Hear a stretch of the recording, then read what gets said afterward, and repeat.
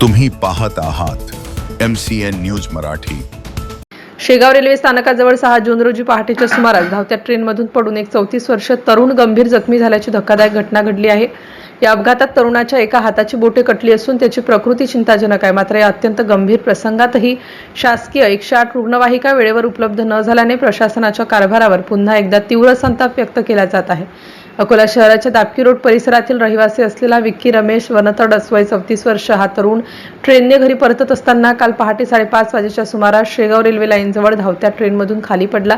या अपघातात तो गंभीर जखमी झाला आणि त्याच्या हाताची बोटे कापली गेली। घटनेची माहिती मिळताच रेल्वे सुरक्षा बल RPF आणि शासकीय रेल्वे पोलीस GRP कर्मचाऱ्यांनी तात्काळ घटनास्थळी धाव घेतली। यामध्ये RPF सहाय्यक उपनिरीक्षक रंजन तेलंग, सह कॉन्स्टेबल अरविंद बोटुले, GRPचे head constable Narayan Devkar, constable Chauhan, सहाय्यक police head constable Shrikrishna Nikam यांनी घटनास्थळी धाव घेत जखमीला मदत करीत तातडीने शेगाव येथील सईबाई मोटे सरकारी रुग्णालयात उपचारासाठी दाखल केलं। सईबाई मोटे रुग्णालयात प्रथमोपचार केल्यानंतर जखमींची गंभीर अवस्था पाहून डॉक्टरांनी त्याला पुढील उपचारासाठी अकोले येथे रेफर हलवण्याचा सल्ला दिला। यावेळी जखमींचे नातेवाईक आणि RPFचे ASI रंजन तेलंग यांनी शासकीय 108 रुग्णवाहिकेसाठी अनेकदा संपर्क साधला, मात्र त्यांना बराच वेळ फोनवर होल्डवर ठेवण्यात आलं। 20 मिनिटांपेक्षा जास्त वेळ झाल्यानंतर रुग्णवाहिका प्रशासनाकडून सकाळी 8:30 वाजेपूर्वी रुग्णवाहिकेवर डॉक्टर उपलब्ध नाही असे धक्कादायक उत्तर देण्यात आले। MCN न्यूज मराठीकरिता रवीश शेगोकार, शेगाव। इथल्या ट्रीटमेंट बद्दल काय म्हणणं आहे तुमचं? इथे काय उपचार केला लोकांना? तर ओके सर, म्हणजे हे चालू आहे काय हे बांधलं कसं, त्याच्यातून कटिंग चालू आहे। तो वळवळ करतो ना सारखा, हात हा एका ठिकाणी ठेव ना म्हणा। रक्ताने सगळे कपडे भरले, ते आतून नाही आहे, ते बनियनचा ब्लड लागतोय। नाही त्याच्यामधून चालू आहे ना, माझे हात भरले ना, पूर्ण चुरा झालेला आहे ताई, तो आतून ते थांबणार नाही रक्त।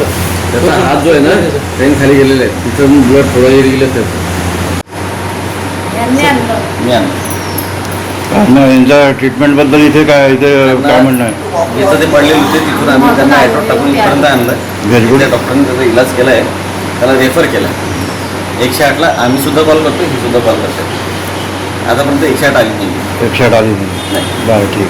ते बोलले की डॉक्टर अवेलेबल नाही आहे सध्या, 8:30 वाजता डॉक्टर येतील। ॲम्ब्युलन्स डॉक्टर कुठले येतील? डॉक्टर 8:30 वाजता? ॲम्ब्युलन्सचे 108चे जे डॉक्टर आहे ना ते अवेलेबल नाही आहेत, 8:30 वाजता येतील, त्याच्यानंतर जाऊ। बरं, इथल्या उपचाराबद्दल काय म्हणणं आहे तुमचं? माझं मी नव्हती तिथं, मी मागून इथला उपचार कसा काय? उपचार केलं काय, ते बांधलं, त्याच्यातून कटिंग चालूच आहे। सलाईन आता लावली साऱ्या सकाळपासून। आधी सलाईन गेली त्याला,